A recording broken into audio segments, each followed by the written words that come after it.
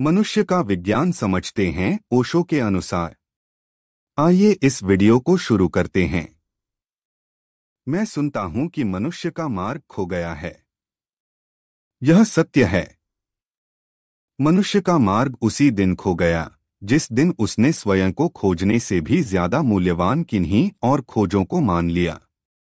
मनुष्य के लिए सर्वाधिक महत्वपूर्ण और सार्थक वस्तु मनुष्य के अतिरिक्त और कुछ भी नहीं है। उसकी पहली खोज वह स्वयं ही हो सकता है। खुद को जाने बिना उसका सारा जानना अंततः घातक ही होगा। अज्ञान के हाथों में कोई भी ज्ञान सृजनात्मक नहीं हो सकता और ज्ञान के हाथों में अज्ञान भी सृजनात्मक हो जाता है। मनुष्य यदि स्वयं को जाने और जीते तो उसकी शेष सब जीतें उसकी और उसके जीवन की सहयोगी होंगी। अन्यथा वह अपने ही हाथों अपनी कब्र के लिए गड्ढा खोदेगा। हम ऐसा ही गड्ढा खोदने में लगे हैं। हमारा ही श्रम हमारी मृत्यु बनकर खड़ा हो गया है। पिछली सभ्यताएं बाहर के आक्रमणों और संकटों से नष्ट हुई थीं। हमारी सभ्यता पर बाहर से नहीं, भीतर से संकट है। 20वीं सदी का यह समाज यदि नष्ट हुआ तो उसे आत्मघात कहना होगा और यह हमें ही कहना होगा, क्योंकि बाद में कहने को कोई भी बचने को नहीं है। संभाव्य युद्ध इतिहास में कभी नहीं लिखा जाएगा। यह घटना इतिहास के बाहर घटेगी, क्योंकि उसमें तो समस्त मानवता का अंत होगा। पहले के लोगों ने इतिहास बनाया, हम इतिहास मिटाने को तैयार हैं। और इस आत्मघाती संभावना का कारण एक ही है। वह है मनुष्य का मनुष्य को ठीक से न जानना। पदार्थ की अनंत शक्ति से हम परिचित हैं, परिचित ही नहीं, उसके हम विजेता भी हैं। पर मानवीय हृदय की गहराइयों का हमें कोई पता नहीं।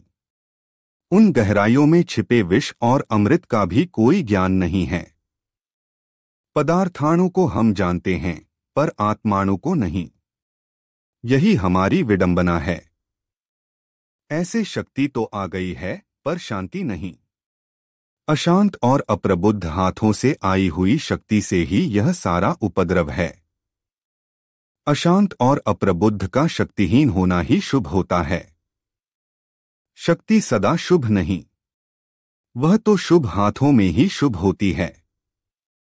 हम शक्ति को खोजते रहे, यही हमारी भूल हुई। अब अपनी ही उपलिंद से खतरा है। सारे विश्व के विचारकों और वैज्ञानिकों को आगे स्मरण रखना चाहिए कि उनकी खोज मात्र शक्ति के लिए न हो। उस तरह की अंधी खोज ने ही हमें इस अंत पर लाकर खड़ा किया है। शक्ति नहीं, शांति लक्ष्य बने। स्वभावतः यदि शांति लक्ष्य होगी तो खोज का केंद्र प्रकृति नहीं, मनुष्य होगा। जड़ की बहुत खोज और शोध हुई। अब मनुष्य का और मन का अन्वेषण करना होगा। विजय की पताकाएं पदार्थ पर नहीं, स्वयं पर गाड़नी होंगी। भविष्य का विज्ञान पदार्थ का नहीं, मूलतः मनुष्य का विज्ञान होगा। समय आ गया है कि यह परिवर्तन हो। अब इस दिशा में और देर करनी ठीक नहीं है। कहीं ऐसा न हो कि फिर कुछ करने को समय भी शेष न बचे। जड़ की खोज में जो वैज्ञानिक आज भी लगे हैं, वे दकियानूसी हैं और उनके मस्तिष्क विज्ञान के आलोक से नहीं, परंपरा और रूढ़ी के अंधकार में ही डूबे कहे जावेंगे।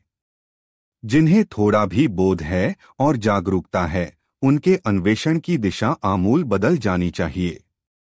हमारी सारी शोध मनुष्य को जानने में लगे तो कोई भी कारण नहीं है कि जो शक्ति पदार्थ और प्रकृति को जानने और जीतने में इतने अभूतपूर्व रूप से सफल हुई है, वह मनुष्य को जानने में सफल न हो सके।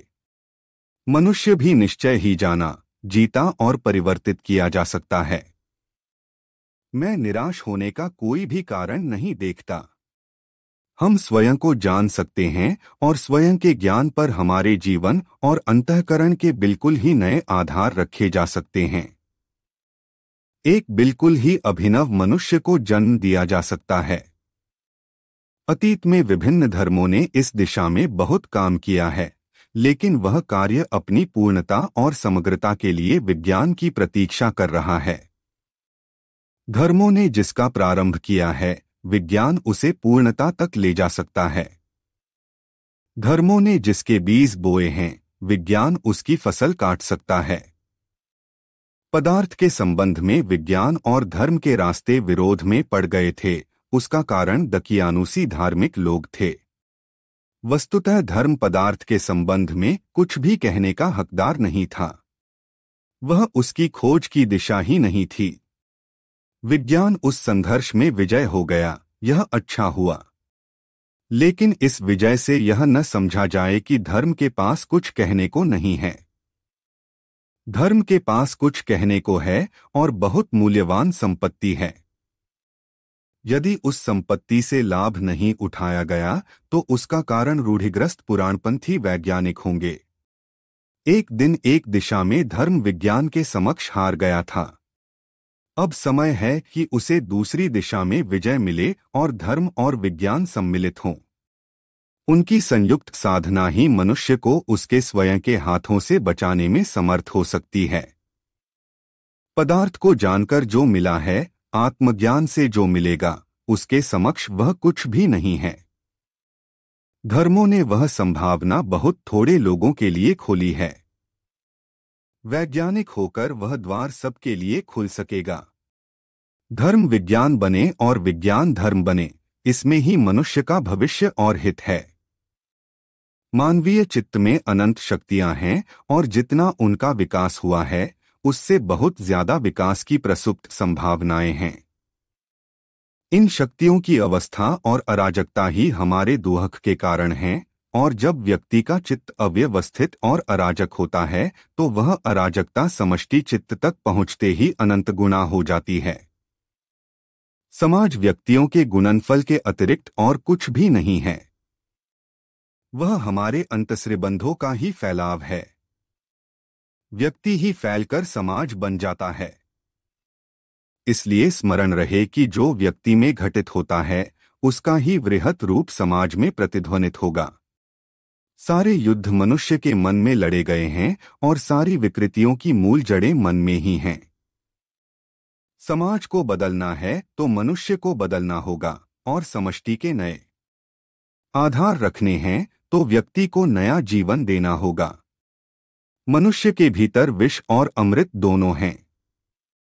शक्तियों की अराजकता ही विष है और शक्तियों का संयम, सामंजस्य और संगीत ही अमृत है।